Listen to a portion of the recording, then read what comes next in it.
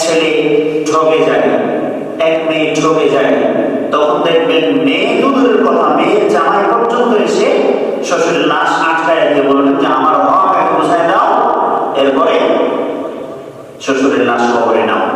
এই হচ্ছে দুনিয়ার বাস্তবতা। সম্মানিত মসজিদের মুসল্লিন ইকরাম, এই জন্য নবী সাল্লাল্লাহু আলাইহি ওয়াসাল্লাম প্রায় তিনি প্রশ্ন করছেন সাহাবীদেরকে, তোমরা কি জানো নিজের সম্পদ কোনটা আর পরের সম্পদ কোনটা? সাহাবায়ে কেরাম বলতেন, ইয়া রাসূলুল্লাহ সাল্লাল্লাহু আলাইহি ওয়াসাল্লাম, আল্লাহু ওয়া রাসূলুহু আ'লাম, আল্লাহ এবং তার নবী ভালো জানেন। তখন নবী বলতেন, যা তোমরা খেয়ে যাচ্ছ, যা তোমরা পরে যাচ্ছ, আর যা তোমরা ইনফাক ফি সাবিলিল্লাহ আল্লাহর রাস্তায় দান করে যাচ্ছ, এগুলো তোমার। আর যা রেখে ইন্তেকাল করছো, এগুলো সব তোমার উত্তরাধিকারীদের, সব পরে। আর তোমরা একটা কথা স্মরণ রাখো যে মানুষ, দুনিয়ার পৃথিবীর মানুষের বৈশিষ্ট্য হচ্ছে নিজের সম্পদের চাইতে পরের সম্পদের উপর লোভ লালসা, মায়া মহব্বত বেশি। সম্মানিত মসজিদের মুসল্লিন ইকরাম, দেখবেন আমরা দান সাদাকাকে যত বেশি না ভালোবাসি, তার চাইতেও বেশি ভালোবাসি সম্পদ কি করাকে, কুক্ষিগত করাকে, জমা করাকে। সবচাইতে যেন আমার সম্পদের পাহাড় জমে যায়, দান সাদাকা চাইতেও বেশি ভালোবাসি। খেয়ে না খেয়ে, পরে না পরে, খারাপটা খেয়ে খারাপটা পরে আমরা সন্তানদের জন্য কি করি? সম্পদের পাহাড় করার চেষ্টা করি, যেটা নবী সাল্লাল্লাহু আলাইহি ওয়াসাল্লাম বলেছেন তিনার ভাষায়, যে আমরা নিজের চাইতে পরের সম্পদকে কি করি? বেশি মহব্বত করি। সম্মানিত মসজিদের মুসল্লিন ইকরাম, আজকে মূলত যে বিষয়টি নিয়ে আমরা কথা বলবো, আমরা যেহেতু রজব মাসে উপস্থিত, এজন্য রজব কেন্দ্রিক কয়েকটা কথা আপনাদের সাথে শেয়ার করলাম। আজকে যে বিষয়টি নিয়ে আমরা খুতবাতে কথা বলবো সেটা হচ্ছে শীতকালটা কিভাবে আল্লাহর ইবাদতে আমরা মনোযোগী হতে পারি। আমাদের মাঝে শীতকাল অতিক্রান্ত হচ্ছে। এই শীতকাল মুসলমানদের জন্য হচ্ছে স্পেশাল সময়। আমরা বাৎসরিক ছুটি মনে করি না, ডিসেম্বর মাস আসলে আমরা মনে করি স্কুলে ছেলেদের ছুটি, মেয়েদের ছুটি, বাচ্চাদের ছুটি, স্কুলের শিক্ষকরা, কলেজের ইউনিভার্সিটির টিচাররা, তারা সবাই একটা আনন্দে থাকে যে 10 দিন 15 দিন ছুটি পাবো। আর এই ছুটির মধ্যে কে শ্বশুর বাড়ি যাবে, কে আত্মীয় স্বজনদের বাড়িতে যাবে, কে বিভিন্ন জায়গায় বন্ধু বান্ধবদের বাড়িতে যাবে, কে বিভিন্ন হয়তো রিসোর্টে ঘুরতে যাবে, কক্সবাজারে যাবে, বিভিন্ন জায়গায় প্ল্যান বান্দারা করে থাকে। ঠিক মুমিনদের জন্য এই শীতকালটা হচ্ছে কি? ইবাদতের একটা মৌসুম। প্রথম কারণ হলো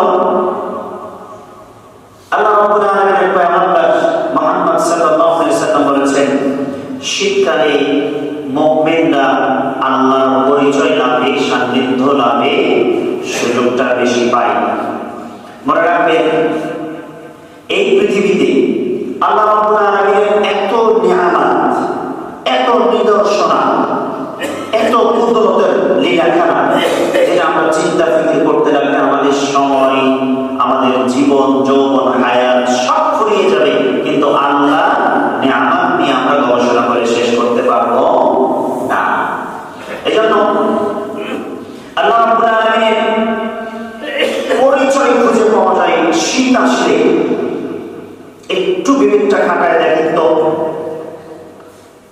বছরে জুন, জুলাই, আগস্ট, সেপ্টেম্বর,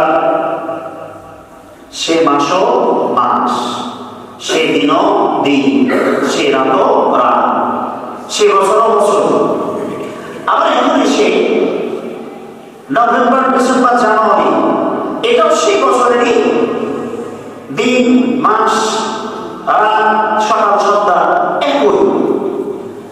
যে রং জুন, জুলাই, আগস্ট, সেপ্টেম্বর সৃষ্টি করেছেন, সে রবি নভেম্বর, ডিসেম্বর, জানুয়ারি তৈরি করেছেন, সৃষ্টি করেছেন। ইন্না ইদ্দাতাশ শুহুরি ইনদাল্লাহি 12 শাহরান ফি কিতাবিল্লাহ। আল্লাহ বলেছেন, আল্লাহর গণনায় বছরের 12টি মাস আল্লাহ সুবহানাহু ওয়া তাআলা আল্লাহ তাআলাই ক্যালেন্ডার তিনি নিজেই দান করেছেন। সুবহানাল্লাহি ওয়া বিহামদিহি। মানুষের তৈরি নয়, বছরে 12টা মাস হবে, সেটা আল্লাহর পক্ষ থেকে নির্ধারিত করে দেওয়া হয়েছে। আমার মূল বক্তব্যের মূল পয়েন্ট হলো, একটু বিবেক খাটায় দেখেন তো, যে রব আজকে নভেম্বর, ডিসেম্বর, জানুয়ারিতে জানালা দরজা লাগিয়ে দিয়েও, হিটার চালিয়ে দিয়েও, শরীরে 1টা 2টা 3টা 4টা পোশাক পরেও, লেপের তলে, কম্বলের তলে, কমফোর্টের তলে মাথা গুঁজে দেওয়ার পরেও আমাদের কাছ থেকে শীত নিবারণ হয় না, শীত মনে হয় যায় না। শরীরে ঠান্ডা ঠান্ডা ভাব, শীত শীত ভাব আমাদের শরীরের মধ্যে লেগেই থাকে। বিগত একটা সপ্তাহ, 2-3টা দিন, অ্যাকচুয়ালি 2-3টা দিন আমরা সূর্যের আলো দেখি নাই। শীতের পোশাক শরীর থেকে খুলতে পারি নাই। শীত আসলে আমরা যত কোয়ালিটির মোটা কাপড়ের পোশাক পরার চেষ্টা করি, এরপরও শীতের এক্সট্রা পাঞ্জাবির উপরে অথবা শার্টের উপরে অথবা জুব্বার উপরে অথবা যে কোনো কাপড়ের উপরে, পোশাকের উপরে আমরা মোটা কোনো জ্যাকেট পরি, কোনো ব্লেজার পরি, কোনো কোট পরি, কুচি পরি, বিভিন্ন ধরনের আইটেমের আমরা পোশাক পরি। এরপরও বাংলাদেশে বাঙালিয়া স্পেশাল একটা পোশাক আমরা চাদর মাঝে মাঝে পরি। আবার একটু বিবেক দিয়ে চিন্তা করেন তো, এখন থেকে 3টা মাস পরে, 4টা মাস পরে, জুন, জুলাই, আগস্ট, সেপ্টেম্বর যখন আসবে, তখন আমরা পারি না যে ঘরের জানালা 2-3টা আছে 6টা বাড়াই দিই, পারি না ফ্যান 1টা আছে ডাবল করে দিই, পারি না একটা ফ্যানের জায়গাতে কুলার ফ্যান লাগাই। আবার এখন তো এসি ছাড়া আমাদের চলে না। শরীরের একটা পোশাক তো দূরের কথা, শরীরের সমস্ত পোশাক আমরা পরে পরার চেষ্টা করি, একেবারে সুতি কাপড়ের পাতলা কাপড়ে পোশাক পরার চেষ্টা করি। একটাবার বিবেক দিয়ে চিন্তা করেছেন যে সেই সময় গরমের কারণে শরীরের পোশাক রাখতে পারি না, আজকে সেই আবার এই মাসগুলোতে শীতের পোশাক পরার পরেও আমরা ঠান্ডা দূর করতে পারতেছি না। এগুলো সব সৃষ্টিকার আল্লাহ সুবহানাহু ওয়া তাআলা। এখন আমাদের কাছে মনে হয় একটুখানি যদি গরম পাওয়া যেত কি মজা পেতাম, আবার গরমকালে তখন মনে হয় একটুখানি ফ্রিজের খাবার পেতাম কি আনন্দ ভোগ করতাম। একই মানুষ, একই বছর, একই রাষ্ট্র, একই দেশ, একই সমাজ, একই জায়গায় চলাফেরা, আবহাওয়াটা ভিন্ন। মালিককে আল্লাহ সুবহানাহু ওয়া তাআলা। এই চিন্তা, একটা চিন্তা দিয়ে, শুধু আবহাওয়ার চিন্তা দিয়ে আপনি রবের পরিচয় দিতে পারবেন। শুধু একটু চিন্তা ফিকির আমাদের দরকার। আল্লাহ সুবহানাহু ওয়া তাআলা বলছেন, ইন্না ফি খালকিস সামাওয়াতি ওয়াল আরদ, নিশ্চয়ই এই আকাশ এবং জমিন সৃষ্টির মধ্যে, ওয়াখতিলাফিল লাইলি ওয়ান নাহার, এবং দিবারাত্রির আবর্তনের মধ্যে, পরিবর্তনের মধ্যে, দিন থেকে রাত, রাত থেকে দিন। এখন দিন 5 ঘন্টা পরে আবার সন্ধ্যা নেমে আসবে, রাত্রি আসবে, আবার রাত্রি 10-11 ঘন্টা পার হওয়ার পরে আবার দিন আসবে। এই যে দিনের আর রাতের পরিবর্তন, একটা যাচ্ছে একটা আসছে, এটা করছেন কে? আল্লাহ সুবহানাহু ওয়া তাআলা। কোনদিন কখনো কি দেখেছেন, কোনদিন কখনো কি দেখেছেন যে দিন পার হওয়ার পরে রাত্রি আসার কথা ছিল, কিন্তু ঘটনাক্রমে ঘটনা উল্টো হয়ে গেছে, না রাত আসতে পারে না, আজকে দিন দেরি থেকে গেছে? দেখছেন কোনদিন? এই নীতিমালা আল্লাহ সুবহানাহু ওয়া তাআলা তিনি কারিগর, তিনি সৃষ্টি করে রেখেছেন। যাকে যে আদেশ তিনি করে রেখেছেন, এক বিন্দু পরিমাণ, সেকেন্ড পরিমাণ ওলট পালট কেউ করবে না। সুবহানাল্লাহি ওয়া বিহামদিহি। একমাত্র আমরা মানব জাতিরা নাফরমান জাতি, যে আমরা হরহামেশা রবের সাথে নাফরমানি করছি।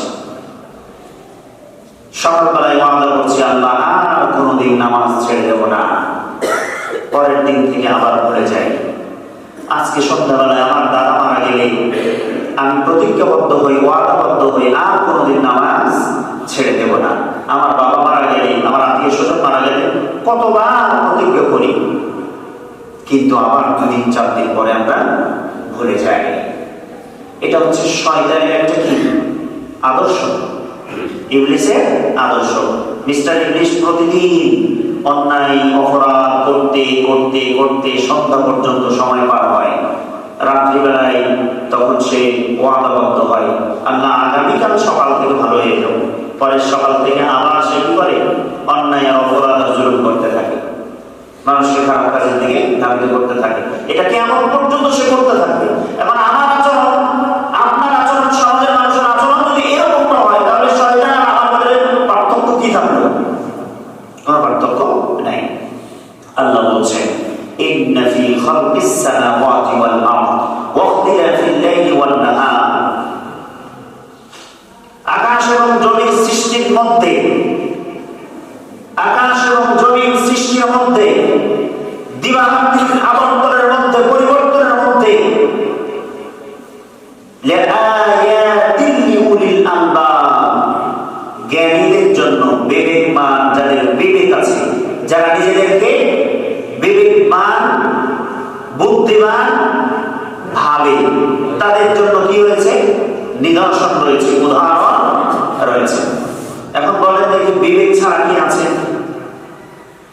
আমাদের এই পাড়াতে বিবেক ছাড়া আছে কি? 2-1 ছাড়া, এক আব্দুল সালাম আর এক সিয়াম বাদ দিয়ে আর কে আছেন যে এখানে কার বিবেক নাই? আর 2-1 হয়তো বেরোতে পারেন, আর বাকি কারোর বিবেক নাই, আপনি বের করতে পারবেন না। গোটা সমাজ মিলে 2-4,000-5,000 মানুষ মিলে হয়তো 5 জন ব্যক্তি পাবেন যার বিবেক নাই। সব ক্ষেত্রে বিবেক আছে, ইসলাম পালন করার ক্ষেত্রে তখন আর বিবেকে কাজ করে না। যারা আপনি বোকা ভাবেন, তার কাছ থেকে 10টা টাকা আপনি এমনিতে বের করে নিয়ে আসেন, দেখবেন যে বিবেক আছে না নাই। ছোট্ট যে বালকটা এখনো মুখ ফুটে নাই, তার কাছ থেকে 10টা টাকা বের করেন আপনি, সেও বোঝে নাই না আমার টাকা উচ্চারণ করতে পারে না, সেও তার কাছ থেকে 5 টাকার একটা কয়েন আপনি বের করেন, পারবেন না। সে বলবে এটা আমার, যুদ্ধ বাধাই দেবে, কান্নাকাটি টাকা দেবে আপনার সাথে। সুবহানাল্লাহ। আল্লাহ বলছেন যে এই সৃষ্টিগুলোর ভিতরে তাদের জন্য, বিবেকবান মানুষের জন্য উদাহরণ আছে, দৃষ্টান্ত আছে, তারা কেন খোঁজে না? এরপর আল্লাহ বলছেন, আল্লাযীনা ইয়াযকুরুনাল্লাহ, নিশ্চয় যারা আল্লাহর স্মরণ করে, কিয়ামান ওয়া কুউদান ওয়া আলা জুনুবিহিম, দাঁড়িয়ে, বসে এবং শুয়ে। যারা রবকে স্মরণ করেন দাঁড়িয়ে, বসে, শুয়ে, ওয়ায়াতাফাক্কারুনা ফি খালকিস সামাওয়াতি ওয়াল আরদ, এবং আসমান জমিন সৃষ্টির মাঝে তারা রবের সব সৃষ্টি নিয়ে চিন্তা ফিকির করে, তাফাক্কুর করে, তাদাব্বুর করে।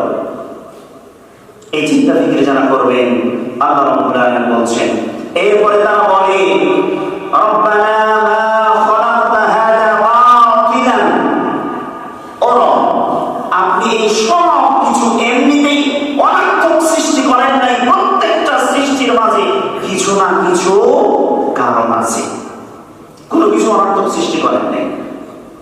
একটা মশা আল্লাহ অনর্থক সৃষ্টি করেন নাই।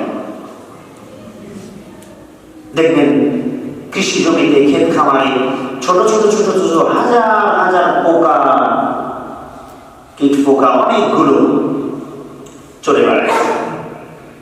এই অনেকগুলো পোকা মাকড় তারা এমন এমন ব্যাকটেরিয়া গুলোকে ধ্বংস করে, আবার অনেকগুলো পোকা আর কিছু পোকাকে খেয়ে ফেলে, যেগুলো ধানে কৃষি ক্ষেত্রে ক্ষতিকারক।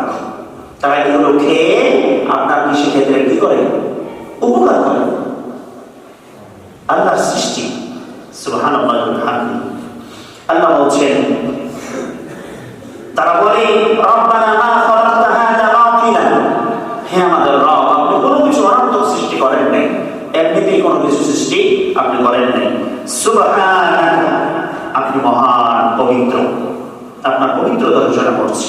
ফাকিনা আযাবান নার, এরপরে তারা বলে, আল্লাহ আপনার জাহান্নামের আগুন থেকে আমাদেরকে রক্ষা করুন, হেফাজত করুন। তাহলে এই পৃথিবীর সমস্ত সৃষ্টির দিকে তাকালে আমরা আল্লাহর একটা পরিচয় খুঁজে পাওয়া আমাদের জন্য সহজ। 2 নম্বর দেখেন,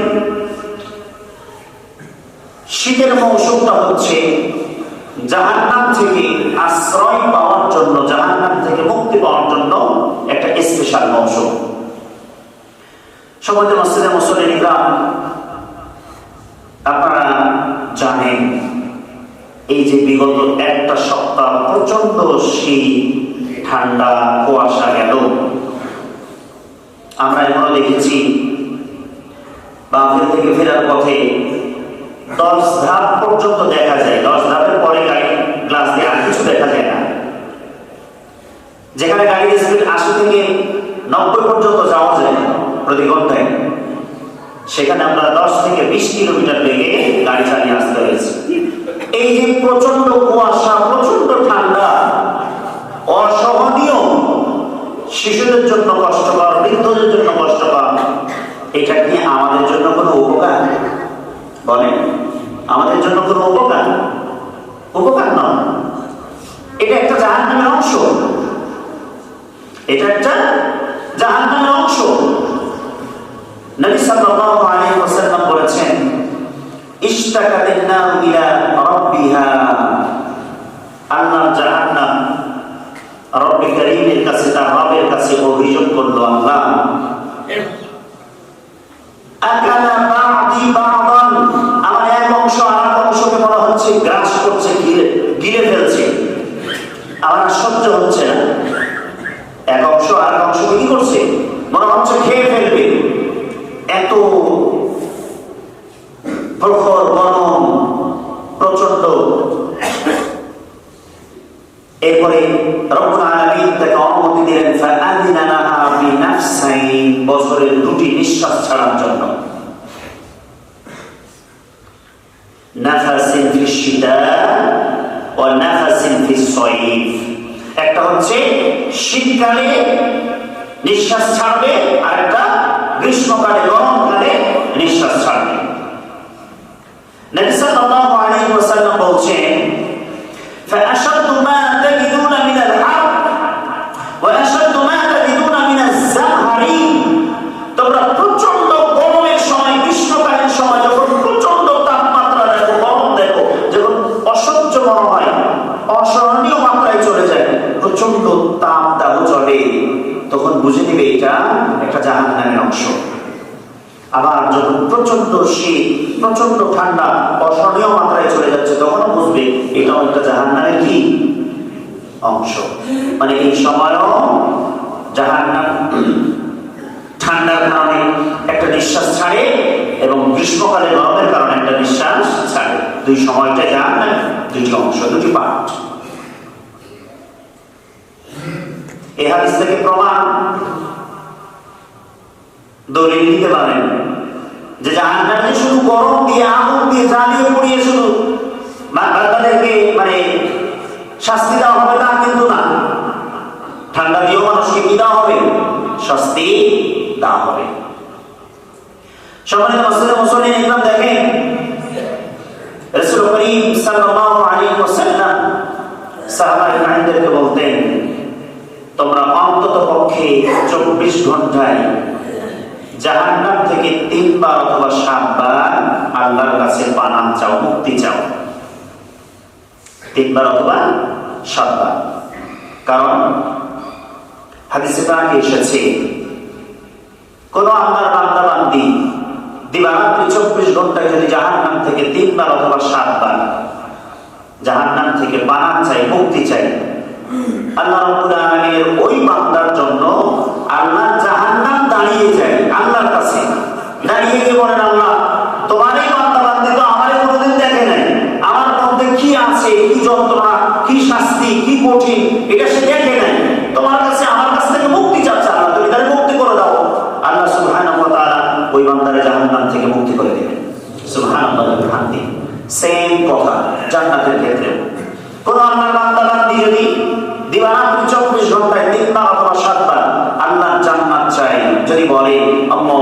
ইন্নী আসআলুকাল জান্নাতাল ফিরদাউস, হে আল্লাহ আপনার কাছে আমি জান্নাতুল ফিরদাউস চাই। অথবা বলে আল্লাহুম্মা ইন্নী আউযু বিকা মিন আযাবিন নার, অথবা আল্লাহুম্মা ইন্নী নাসআলুকাল আযাব, আল্লাহুম্মা ইন্নী আউযু বিকা মিন আযাবি জাহান্নাম, আল্লাহ আপনার কাছ থেকে আমি জাহান্নামের শাস্তি থেকে মুক্তি চাই, পানাহ চাই। যদি এই কথাটা দিবারাত্রিতে 3 বার অথবা 7 বার বলতে পারে, আল্লাহ জাহান্নাম যেরকম আল্লাহর কাছে বলবেন আল্লাহ তার জাহান্নাম থেকে মুক্ত করে দাও, আল্লাহ জান্নাতও আল্লাহর কাছে দাঁড়িয়ে বলে আল্লাহ তুমি আমার অধিবাসী বানায় দাও। সুবহানাল্লাহ ওয়া বিহামদিহি। এজন্য আমরা বেশি বেশি দোয়া করব, আল্লাহুম্মা ইন্নী আউযু বিকা মিন আযাবি জাহান্নাম, আল্লাহ আমাকে জাহান্নামের আযাব থেকে, শাস্তি থেকে, যন্ত্রণা থেকে মুক্তি দাও, হেফাজত করো, বাঁচায় দাও। আমরা এই দোয়াগুলো বেশি বেশি করবো। যদি আরবি না পারি বাংলাতে তো বলতে পারবো, আল্লাহ আমাকে জাহান্নাম থেকে রক্ষা করো। এটাও আমাদের মুখে বলতে পারবো, আল্লাহ অন্তর্যামী, ইন্নাল্লাহা আলিমুম বিযাতিস সুদূর, আল্লাহ আপনার হৃদয়ে সিনার খবর পর্যন্ত তিনি রাখেন। আপনি কি বলতে চান, কেন বলতে চান, কখন কোন প্রেক্ষাপটে কি বলতে চাইছেন রবের কাছে আল্লাহ সবকিছু জানেন। এজন্য আপনি চাইবেন রবের কাছে, আল্লাহ রাব্বুল আলামিন আপনার সিনার খবর পর্যন্ত জানেন। দেখেন রাসূল করিম সাল্লাল্লাহু আলাইহি ওয়াসাল্লাম তিনি আবার দোয়া করতেন এবং সাহাবীদেরকে পড়তে বলতেন, আল্লাহুম্মা আজিরনি মিনান নার, আল্লাহ জাহান্নামের আগুন থেকে আমাদেরকে রক্ষা করুন। এই দোয়াগুলো আমরা বেশি বেশি পড়তে পারি। 3 নাম্বার, শীতকালীন মৌসুমটা আমাদের মুসলমানদের জন্য, মুমিনদের জন্য আল্লাহ রাব্বুল আলামিনের কাছে শেষ রাতে তাহাজ্জুদের একটা স্পেশাল সময়। কারণ হলো গরমের সময়টা দেখবেন রাত্রিটা ছোট হয়, রাত্রিটা কি হয়, ছোট হয়। মানুষের স্বাভাবিকভাবে যে ঘুমের একটা প্রয়োজন, শরীরে সারাদিনের দৌড়ঝাঁপের যে একটা ক্লান্তি, শরীরে একটা ঘুমের প্রয়োজন থাকে, মোটামুটি 5 থেকে 7 ঘন্টা মনে করেন। তো স্বাভাবিকভাবে যদি 4 থেকে 5 ঘন্টা একটা ব্যক্তি ঘুমায়, তাহলে তার ঘুমে প্রশান্তি চলে আসে, শরীরে একটা মনের ভিতরে এনার্জি ফিল সে করতে পারে। দেখবেন গরমের সময়টা রাত্রি যেরকম ছোট হয়, আবার প্রথম রাতে গরমের তীব্রতার কারণে এখন তো সমস্ত মানুষের ঘর বাড়িগুলো ম্যাক্সিমাম হচ্ছে ছাদের বিল্ডিং। সারাদিন রোদ পাওয়ার পরে ছাদ গরম থাকে, বাসা বাড়ি গরম থাকে। যাদের এসি নেই তাদের অন্তত পক্ষে রাত্রি 12টা পর্যন্ত ঘরের ভিতরে শুধু তাপই নামতে থাকে, 12টা-1টা পর্যন্ত ঘুম হয় না। আর যদি বিদ্যুৎ চলে যায় মাঝখান দিয়ে, তাহলে তো আরো কষ্ট বেড়ে যায়। ঠিক রাত্রি 12টা-1টার পর থেকে তখন ঘুম আসে, আর সেই সময় দেখবেন 4টা থেকে 4:30টার মধ্যে ফজরের সালাতের সময় হয়। তখন মানুষের স্বাভাবিকভাবে ঘুমের ঘাটতি থাকার কারণে শেষ রাতে উঠে যে তাহাজ্জুদ পড়বেন, এটা খুবই কম সুযোগ হয়, খুব কম সুযোগ হয়, কষ্ট হয়। যারা একান্ত আদায় করেন তারা কি হয়, কষ্ট হয়। কিন্তু এখনকার সময়টা, শীতকালীন সময়টা একটু খেয়াল করেন, 5:30টার সময় সন্ধ্যা হচ্ছে, 6টার মধ্যেই কি হচ্ছে, আমরা 5:30টার পরে মাগরিবের সালাতে দাঁড়াচ্ছি। ঠিক 5:30টা থেকে একেবারে 6টা, পুরো অর্ধেক, পুরোটা। এর মধ্যে মনে করেন প্রথম 6টা থেকে 9টা, অথবা যারা একটু বেশি জাগে শীতকালীন সময় দেখবেন 10টার পরে মানুষ ঘুমের দেশে চলে যায় সবাই। একান্ত যাদের অভ্যাস খারাপ, মোবাইলের আসক্ত, অথবা নেশায় আসক্ত, অথবা নারী আসক্ত, অথবা ভিন্ন কোনো আসক্ত থাকতে পারে, তাদেরটা ভিন্ন। কিন্তু ম্যাক্সিমাম ক্ষেত্রেই 10টার মধ্যে সবাই কি করে, ঘুমে যায়, বিছানায় যায়।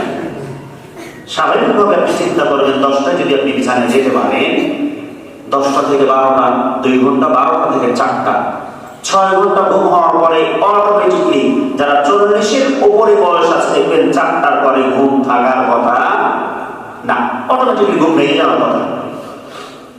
যারা হয়তো যুবক আছে বা আরো ছোট বয়সে, তাদের হয়তো একটু লম্বা ঘুম হবে, তাদের ঘুমের প্রয়োজন বেশি।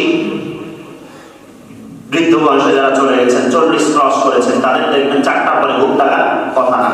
স্বাভাবিকভাবে যখন 4টার পরে ঘুম থাকবে না, যদিও একটু কষ্টকর, শীতের রাত্রে লেপ ছাড়া, কম্বল ছাড়া, বিছানা ছাড়া, এটা খুব কষ্টকর। সেই সময়টাই যদি আপনি উঠতে পারেন, পূর্ণ করার জন্য প্রস্তুত। সুবহানাল্লাহি ওয়া বিহামদিহি। 3 নম্বরে তিনি বলেন, মাইয়াস্তাগফিরুনি ফাগফির লাহ। আমার কাছে যারা ইস্তেগফার কামনা করবে, ক্ষমা প্রার্থনা করবে, কত গুনাহ করেছো তুমি? আটলান্টিক মহাসাগর সমপরিমাণ গুনাহ হোক, আসো আমার কাছে যাও, গুনাহ থেকে ইস্তেগফার করো, আমি আল্লাহ তোমার ইস্তেগফার কবুল করার জন্য রেডি আছি। সুবহানাল্লাহি ওয়া বিহামদিহি। শেষ রাতে আমাদের চাইতে হবে, শীতকাল মৌসুমটা যেহেতু বড় রাত, শেষের সময়টাতে আমাদের জন্য স্পেশাল সময় বাকি থাকে, ঘুম পর্যাপ্ত হয়ে যায় 3টা-4টার পরে। এই জন্য শেষের সময়টা 1টা ঘন্টা, আপনি আধা ঘন্টা 1টা ঘন্টা সময়টা আপনি চেষ্টা করেন। ডায়াবেটিসের রোগীরা হাঁটার জন্য শেষ রাতে প্রস্তুতি নেয়। যারা ব্যবসা করেন, তারা দূরপাল্লায় যারা যাবেন, তারা ব্যবসার জন্য প্রস্তুতি নেয়। আমরা তো যেহেতু আমাদের পুরাতন বাজার তো আমাদের কাছাকাছি, আর আমাদের দিয়ান অঞ্চলের বলেন, এই অঞ্চলের বলেন, অনেক মানুষ আমাদের এই পথ দিয়ে কিন্তু যাতায়াত করেন। শহরের আনাচে কানাচ থেকে অনেক মানুষ যাতায়াত করেন। শহরে আরো ভিতরে যখন আমরা দেখেছি, এখন আপনাদের এখানে আছি, আমরা দেখেছি 4-5 থেকে পুরাতন বাজারের মানুষগুলো ম্যাক্সিমাম সময় ফজরের আগ দিয়ে সবাই উপস্থিত হয়। তারা কেমনে আসে? ব্যবসার টানে। তা আপনি তো রবের কাছে জান্নাতের টানে ফিরবেন, জাহান্নাম থেকে মুক্তি পাওয়ার টানে ছুটবেন। বিছানা ছেড়ে দিয়ে শেষ রাতে তাহাজ্জুদ গুজারি হন, শেষ রাতে রবের কাছে চাওয়া শিখেন।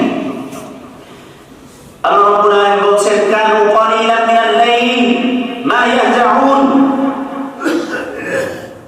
কিছু কিছু আল্লাহর ওলিরা, আল্লাহর বান্দারা, তারা রাতের অল্প সময় তারা ঘুমাতো, অল্প সময় ঘুমাতো। ঘুম 6 ঘন্টার জায়গাতে আপনি 4 ঘন্টা পারলেও কিচ্ছু হবে না, ক্ষতি হয়ে যাবে না। একটু খারাপ লাগবে স্বাভাবিক, ওই ঘুমটা দিনের বেলা 1টা ঘন্টা আপনি চলে যান বিছানায়।